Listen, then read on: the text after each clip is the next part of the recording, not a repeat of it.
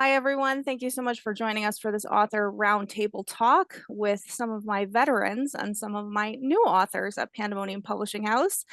So we have Reagan, we've got Tim Ford, we've got Tommy Frayne, we've got Mike Peters, we've got Esther, we've got Tanya, and we've got Tamara. And we are going to talk about a whole plethora of things that are interesting to you and things that have kind of come up in emails that I've been asked to elaborate on. So I thought, what better way to do that than to bring in the experts? And that's why I've brought all of these people. And what we're going to do is we're going to do an overview kind of what we're talking about. We're going to start with writing for kids versus writing for mid grades. Then we're going to talk about drawing inspiration from real life events and people, writing a series versus standalones, the dynamics of co-authoring and collaborative writing projects. And then we're going to talk about banned books and advice for aspiring authors. So I hope that that is something that you're going to be interested in. And I think that we'll get started right now with the kids' book. So Tanya, Tamara, and Reagan have all written children's books and they've written middle grade novels. So I want to talk to you about what the differences are. What are those key differences in audience engagement and content to start with? Anybody want to go first? Reagan, let's start with you. Okay, one more time. What do I Sure. want to know first?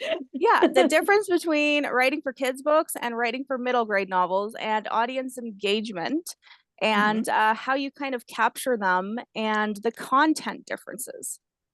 Okay, so basically, well, the biggest difference I would say between, say, picture books and middle grade novels is language content and the audience you're targeting. So picture books, you're targeting um, young, like anything from a listener to a bedtime story, could even be a baby, but then getting up to usually between ages 4 to 7 or so, where they might be able to start reading, or reading with their parents, still listeners, or even when they're getting closer to 7, they should be able to probably read most of, if not the entire picture book themselves. And then middle grade, of course, is 8 or 9 up to 12 or 13 or so. And so you've got more pictures, you've got more picture book style things for young children in that 4 to 7 year age. And then middle grade, of course, there might be a few pictures. It's always great to have, and they're particularly usually black and white, here and there, maybe one per chapter or something like that. But it's more like it's a novel that you're writing, that you're just keeping a little more concise and clean and a little less literary, let's say, than maybe an adult novel or something like Right, that. right. Yeah, Absolutely. And yeah. I just want to chime in as a publisher and say, usually for kids' books, we're around 850 words. And then Mhm. depending on the genre for middle grade novels, we're somewhere between 20,000 to 70,000. It depends. Yes. Yeah. So thank you for that. Tanya, Yeah. okay, let's talk about how you approach language, themes, and character development for your mid grades versus your children's books. So for my mid-grade, I've spent a lot of time talking with my niece and my nephew, who are both within that age group reading, just to get an idea of what kind of things they're looking for. The things that I really liked about it is you have more chance to do a bigger character development, more chance to have world building depending on what your story is about than you do with the children's book. The children's books I find are a lot of fun to write because they're quick, they're short. You got to get a lot of content and information in there and make sure that it would be something that's relatable to the younger children as well. And then with the middle grade, trying to focus more on things that are relatable to them, but also might have some kind of like learning in them as well for them. So something like bullying or something like that, that you might touch on, a theme that you might touch on Mhm. for them that way too. Excellent. So when you're developing your characters, is there a specific way that you do that? Do you sit down and say, okay, this is a children's book character, or this is a mid-grade character? Um, how do you kind of outline your work? uh, Do you I, outline? I'm more of a pantser, I guess. I have like a general idea of kind of how I'd like to start and how I would like the book to end. I'm not quite so sure about the middle. As I'm going along, it kind of comes to me then more. And I have an idea of what I want the characters to kind of be like. I know with my first middle grade, the editor that I worked with was a big help too in helping me develop some of the character development and the storyline a little bit as well. So I learned a lot that way too. Good. Awesome. So I'm going to ask Tamara, because this kind of segues into this question. You mentioned themes like bullying and educational themes and different things that kids are facing. Tamara, can you give us some insight into balancing educational and entertainment value? Because I know that you do this really, really well. The book that I'm thinking of specifically is Spoiled Rotten. Oh, thank you. That's very kind of you to say. And yeah, it's tricky sometimes because you know, kids are very much like I don't want to speak for everybody, but me. If it's really preachy, then I have a tendency to get my back up and be like, whatever, and not want to listen. So I think that's where it sort of loops back around to making your characters really relatable. It is so important to have characters that, you know, the reader can see themselves in them, in the characters, and they can sort of associate themselves and go, okay, yeah, I understand where they're coming from. I understand how they're feeling. And then sort of let that character, you know, make the decisions. And I mean, sometimes it's a mistake. Sometimes they learn from their mistakes. Sometimes they make a really honorable or, you know, a selfless decision. And that can be an incredibly powerful example. And so I think it's really important to remember that kids are people, and they also associate with the fiction or the stories that that they're engaging in. That's a really good way for them to learn and to sort of see themselves and see not only what they are but what they could be. And I mean, honestly, I learn a lot from writing my books too. There's so many times when I write a character and I'm like, I wish I could be like them. Well, and I mean, that's what writing does. It lets us be people who maybe we normally wouldn't be and have experiences that we may not experience any other time, right? And then Absolutely. also, we're just really excited to have kids see themselves on the page, like you said, and to be able to identify and be diverse and inclusive. And those are not just buzzwords. We don't want to throw those around and just kind of have like, oh, you know, we have this character that has neurodivergent tendencies, or they're on the spectrum, just to put it in our books. We really want to have kids see themselves on the page. And that's kind of what I'm so proud to say is one of the things that we do best. And being authentic in your work as children's authors is so valuable, because the kids get to see themselves, but also parents can have those discussions about, well, what would you think if someone was bullying you? Or have you ever bullied someone? Can we talk about this? So balancing that, I think you did a really good job explaining. And, you know, these are all of the core things that we really believe as children's authors and publishers. So thank you for that, Reagan, Tamara, and Tanya. I'm so excited that you're able to be here. And the next thing that we're going to go on to is drawing inspiration from real life events and people. How, Esther, I'm going to ask you this actually. Okay. So you've worked on a book called Resurrection, and just give us like a little synopsis of it for the people that don't know. So it follows the story of the Romanov family to start with, and then it follows the realistic version of Anna Anderson, who is one of the more well-known imposters of Anastasia Romanov after the family was executed in Russia during the Russian Revolution. Okay, so this book is exactly what we're talking about, when you had to integrate real life elements into fiction, right? Yeah. So how did you do that? I think a lot of it was trying to figure out what could realistically work.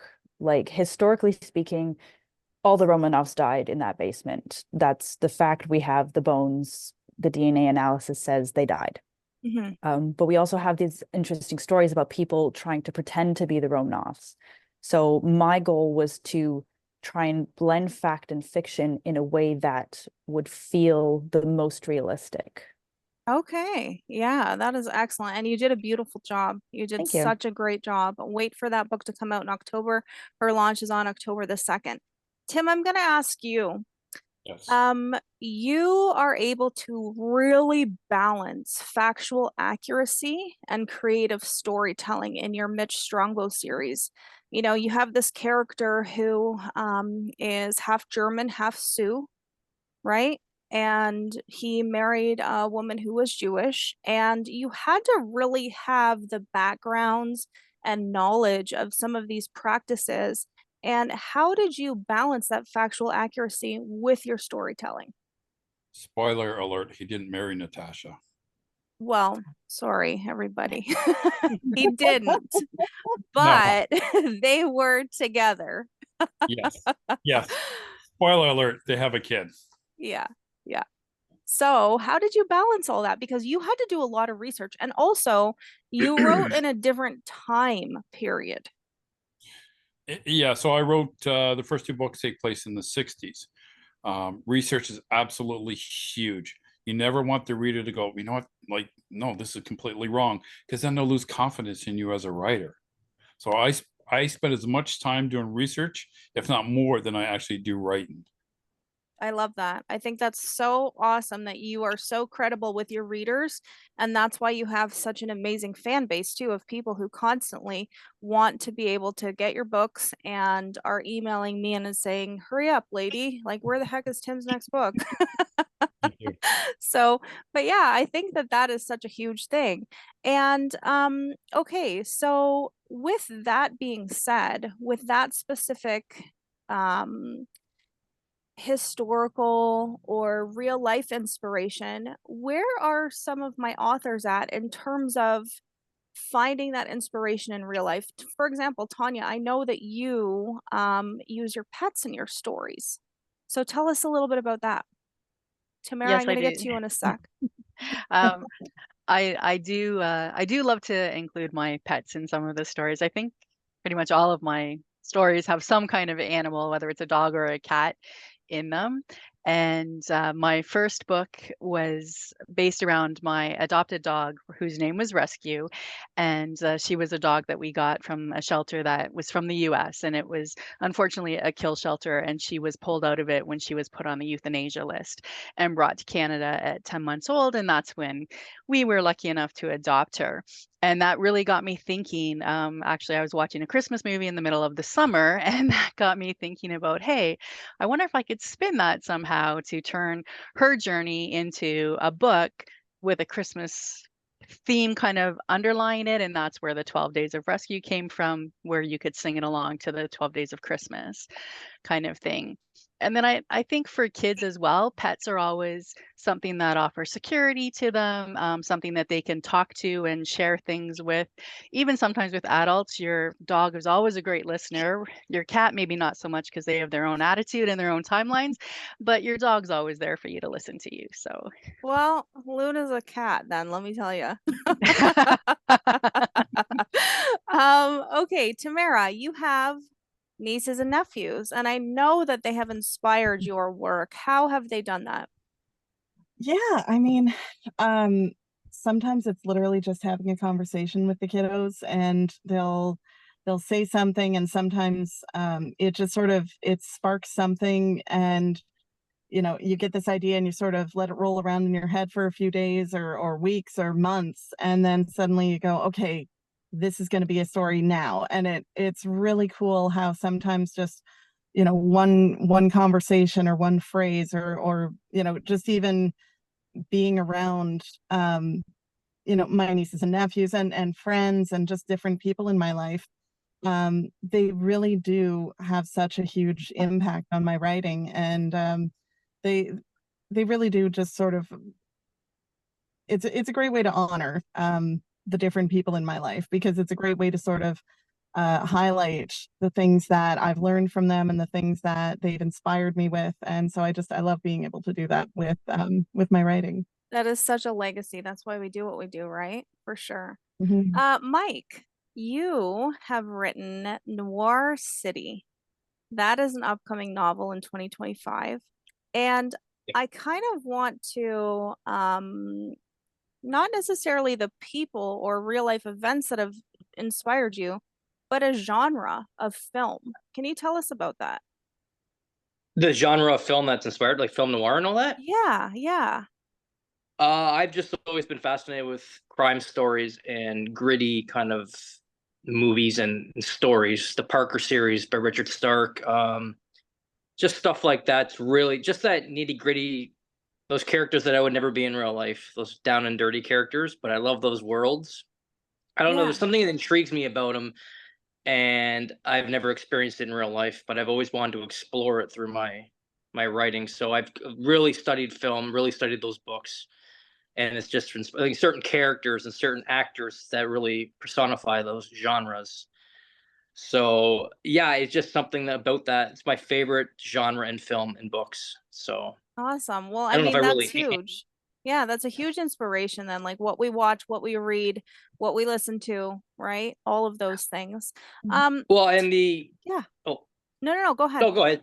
No, I was No. just gonna say, like in the stories, Mickey Rourke of 1980s. That's what inspired my main character in this one. So if you know Mickey Rourke, just that kind of badass, hard edged kind of character with the smokes, and you don't want to mess with him, kind of that greasy kind of guy. Yeah, So that kind of stuff. That's Yeah. awesome. I love that. And that comes across in your work too. You can feel the inspiration, like the way that you're painting those scenes with your words. You can really feel like you're transported to a different time and place. So, Appreciate that. yeah, Tommy, you wrote The Bullseye Kid that's coming out. And I want to know how, okay, so you played darts as a child or as a teenager, right? Yes, that's correct. I grew up in a household that was filled with dart players, and we would play, Christmases and every time we got together. So it was a big thing in my house growing up. So And that inspired your book that's coming out. And why did you choose darts? Like because it was such a big part of your childhood, or because there's a gap in the market? Like we write for so many different reasons. Usually it's the book that we want to read. I know that sounds so cliche, but what inspired you to pick that specifically?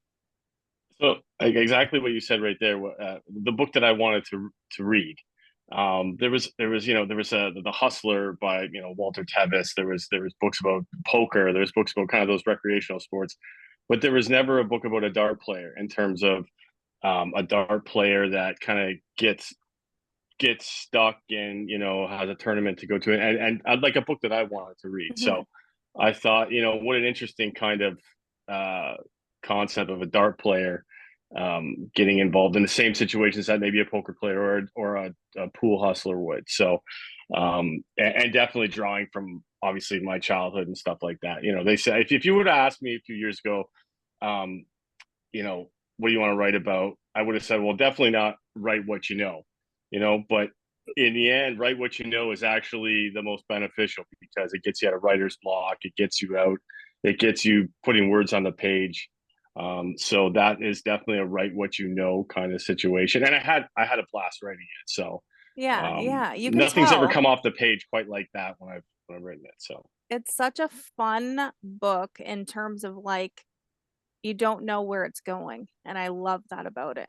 So the unpredictability, but also the character development, and you kind of sit the reader right beside your main character, which I love. So thanks. I wanted it to be a fast read too. I didn't want to, it's because the darts is going to be a fast game. So I wanted the book to be a quick read, right, lots right, going on. right. So Absolutely.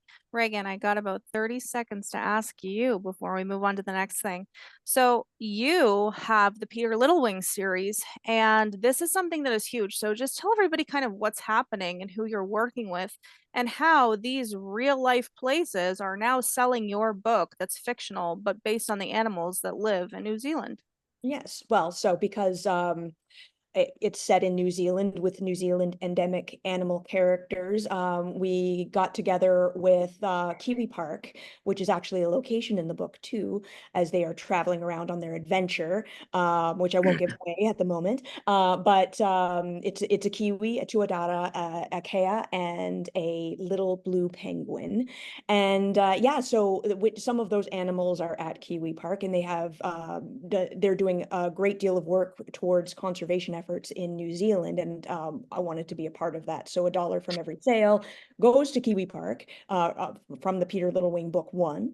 And yeah, I'm so happy to have made that arrangement with them. The book is now being shipped to their physical gift shops. So having been one of the places that I was first at when I traveled to New Zealand like 20 years ago, and being in part what inspired the story, including the tuatara that I met there, inspiring Tim, the character. It's a very big deal to me. So I'm really, really pleased about that. Also speaking with a number of Maori people about the cultural content and the Indigenous end of New Zealand for future books 2, 3, and 4. So And that's getting all. it right, because it's Yeah, getting it honoring right. them, and we're Yes. making sure that we're not, you know, telling stories that don't belong to us, but also being very respectful of different cultures and bringing in the experts, right? So, Please. Yes. okay, thank you so much, everybody. So now we're going to talk about writing a standalone novel versus a series. And we have a gentleman on our panel, Mr. Tim Ford, who has written 13 books so far in his series. And I just want to know, did you go into this knowing that this was going to be a series, or how did your Mitch Strongbow series evolve? Originally, it was just a 40-page short story about Mitch asking out Natasha for New Year's Eve. The half German, half Sioux asking out a Russian Jewish girl. It was 1966, so World War II just ended 21 years ago, so you had a lot of the animosity towards the Germans. And a lot of people said, like, this is really good, man. Like, you can really expand on it. And then I just, you know what, let's just see how it goes. And just So there was no plan at the beginning to kind of have this many books. gosh, no. Wow. No, Wow. not at all. So one of the things that fascinates me is that you're able to keep all of these characters and details straight and correct. How in the world do you do that with so many characters across 13 books? Pen and paper. Okay. It goes back to pen and paper. I write notes about each person.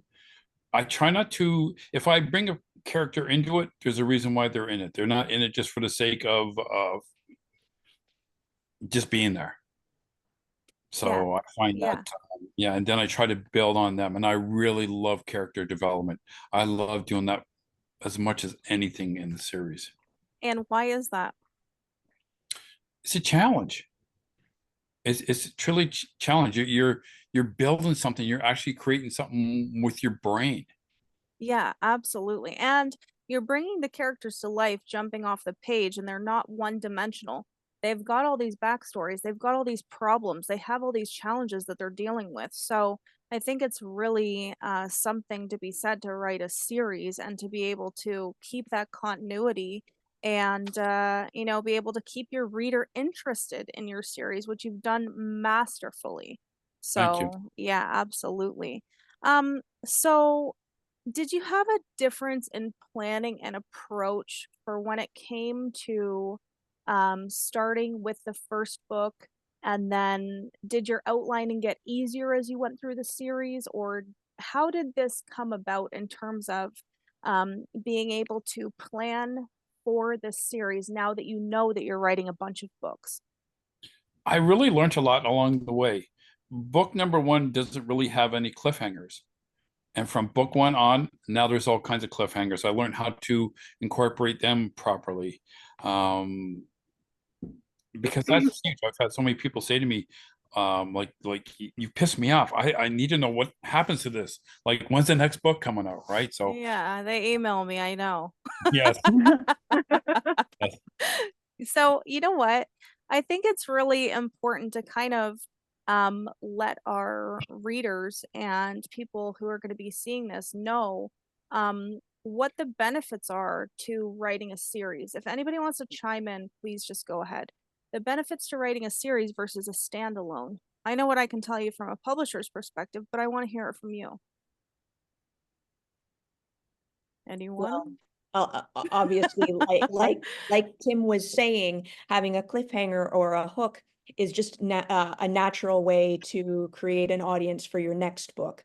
And making sure those characters in book one are characters that the audience the readers want more from. They want more stories, they want to learn more, and all that stuff. So it's also fun from the writer's perspective to live with and grow and develop these characters even more in different situations and so forth.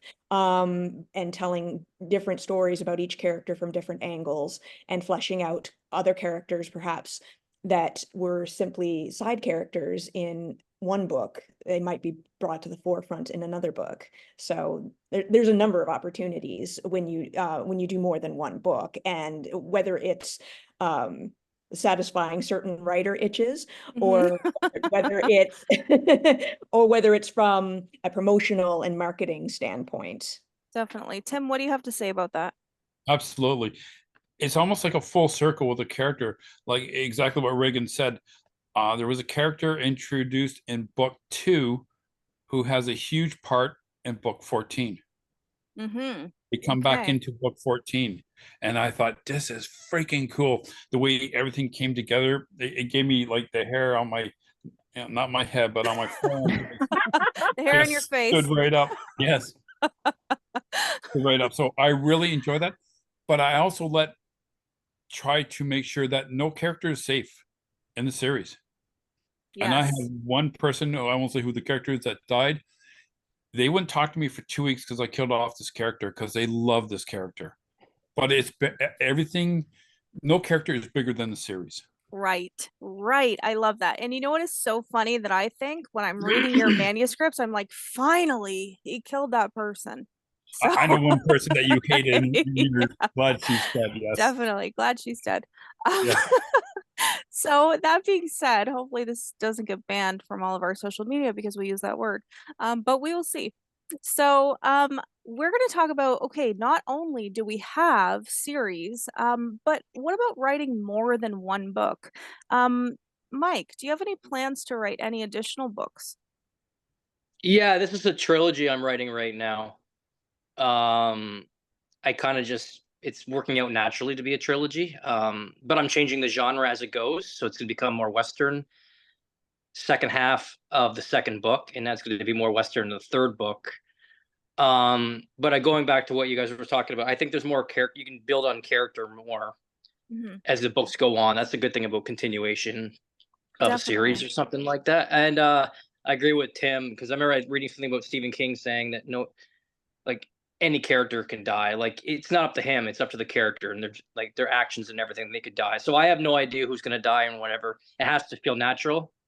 And yeah, so that's just going to feel like, I don't know if the character's going to die in book 3, but if it works for the plot, it's just going to happen. So stuff like that. So yeah, this is going to be a trilogy. So, but again, kind of playing with genre. I kind of like how directors and all that change, like Tarantino, or not Tarantino, but maybe like who's a director? Stanley Kubrick always changes genre every single movie he did, and I always find that intriguing. Or musicians that change up their album style, their music style every other album. So I'm kind of inspired by that to kind of play around with genre, kind of like not undermine it, but play around with it. Why not? And absolutely. Tommy, you've written an anthology. Tell us about that. Yeah, so a short story collection that is going to come out next spring. I've always loved the short fiction, like the short stories. I grew up with kind of starting. That's how I started writing, was writing short stories. Right? I think most of us are, when we do start, we start writing with the short stories. So it's a collection of darker stories, but reflective. they're kind of inspired by just things that have happened in my life, but kind of turned into a fictional kind of way. So I'm really excited about them. I love the short form. You know, I think it's especially fitting for this, like the times now where people's attention spans aren't quite, you know, as lengthy as they used to be. So I think the short form, Definitely. short stories are really good for that sort of reader who doesn't have a lot of time, who likes to kind of take, you know, small sips instead of long drinks. So Definitely. yeah, so it's, Absolutely. No, I love that. And you know what? When I was studying in London, I took a bunch of courses at the London Book Fair when I was there. And this is what they told me that I thought that it's not going to be something that I'll ever forget, is that adults today have 5 minutes of leisure time to read for pleasure. 5 minutes a day. That's what they have. Life has gotten so busy that people are just, you know, trying to do so many things and then they don't read because they don't have the time. And these shorter books, shorter novels, there's definitely a place for them, absolutely. And I kind of like the fact that when we shorten up chapters and things like that, we get the reader to keep turning the page. So as a publisher, that's something that I really love to see. Okay, thank you all so much for that. Absolutely. Writing a series versus standalone novels. Okay, so we're going to talk about the dynamics of co-authoring and collaborative writing processes. And I know that Tanya and Reagan are working on a book collaboratively together. And I just want to know, what are a couple of the challenges of working with other writers, Tanya? Um, so this was actually, it was not something I'd ever really thought about. And then when Reagan approached me, I thought, okay, well, this is pretty cool. This sounds like it could be a lot of fun. And for me, I think one of the challenges is it's not entirely within your control. You're sharing everything with the other people that you're working with. So there's a lot of passing things back and forth, bouncing ideas off of each other, expanding on what others have written, and they're expanding on what you've written. So we're still pretty much in the earlier stages of it, but it's been kind of fun just seeing where the initial thoughts were, and then as we're each adding to it, and where it's starting to grow, and the ideas that other people are coming up with. So yeah, Yeah. I'm enjoying it. That's awesome. So I think personally for me as a publisher to see the challenges in group projects are that there's maintaining that consistency of voice. So, you know, we're writing in the third person, then we're flipping to first or things like that. So I would imagine that that's a challenge. Has that been something that you have run into? I don't know if Reagan, you want to go, but Sure. We've sorted out our method.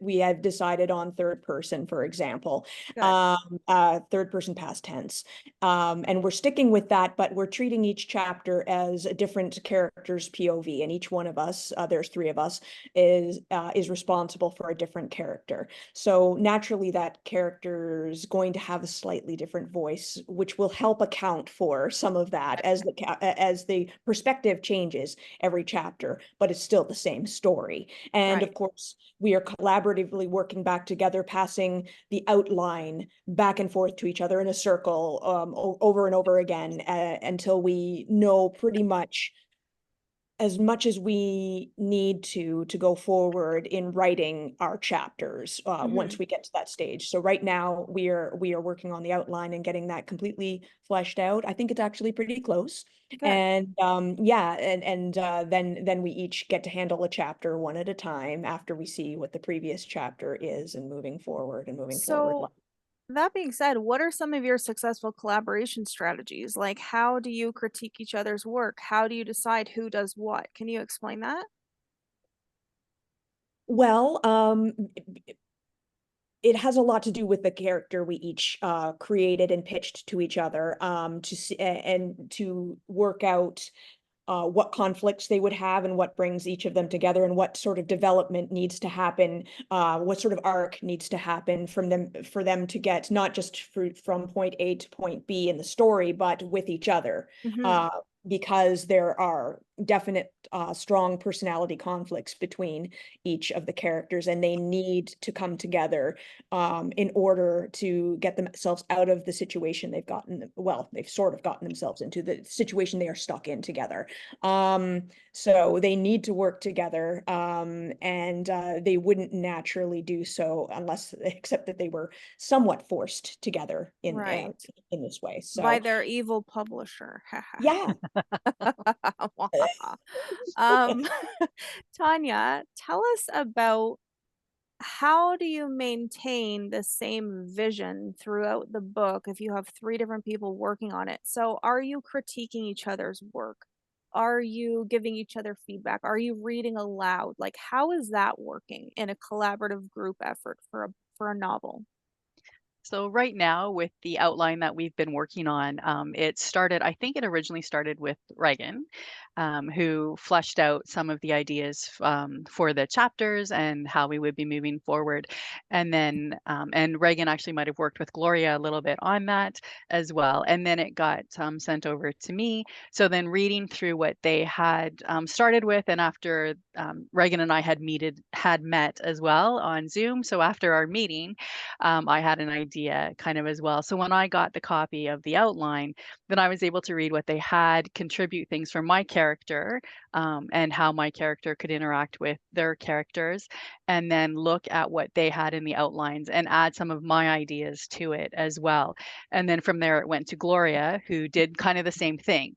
And so right now we're just passing that around. So we're kind of building on what the person or people before us have written to add to that and help develop the story as we go. So we're all having an input and we're all seeing the storyline.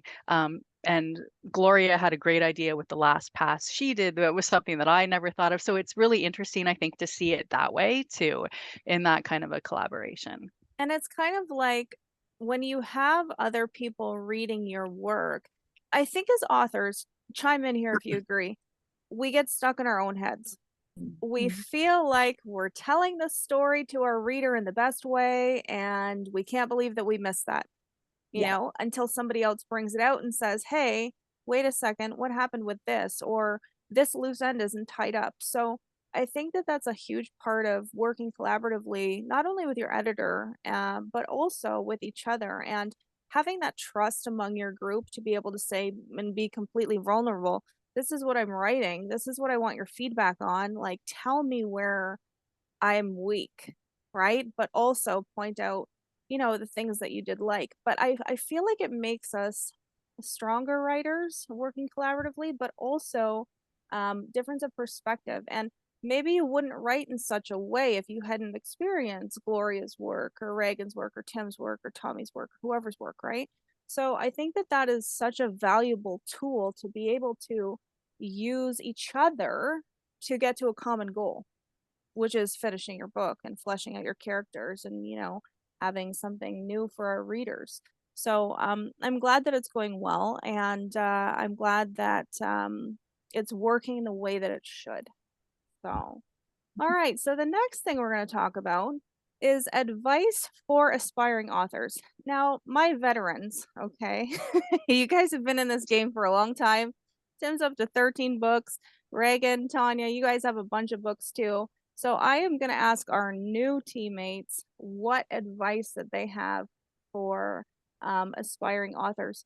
We're going to start with Esther. I want to talk about overcoming fear of rejection. Can you shed some light on that? So I've never liked rejection. I don't think anybody really does.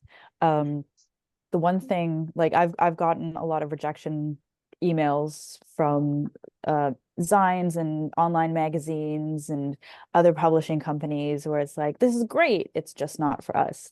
And I think I ingrained that so much in myself where it's like, it's not that this piece is bad, it's just not right for this place. Like I had one short story get rejected time and time and time again, and then it finally found its place, and that magazine was like, this is amazing. We love this so much. And it's one of those, you have to keep reminding yourself that it's not necessarily bad. Like, sure, like there could be some improvements with certain pieces of work, and you have to relook at it and make sure that it's up to snuff, but it's never bad. It's just, it hasn't found its home yet. Right, right. I love that. That is such great advice. Just keep going, right?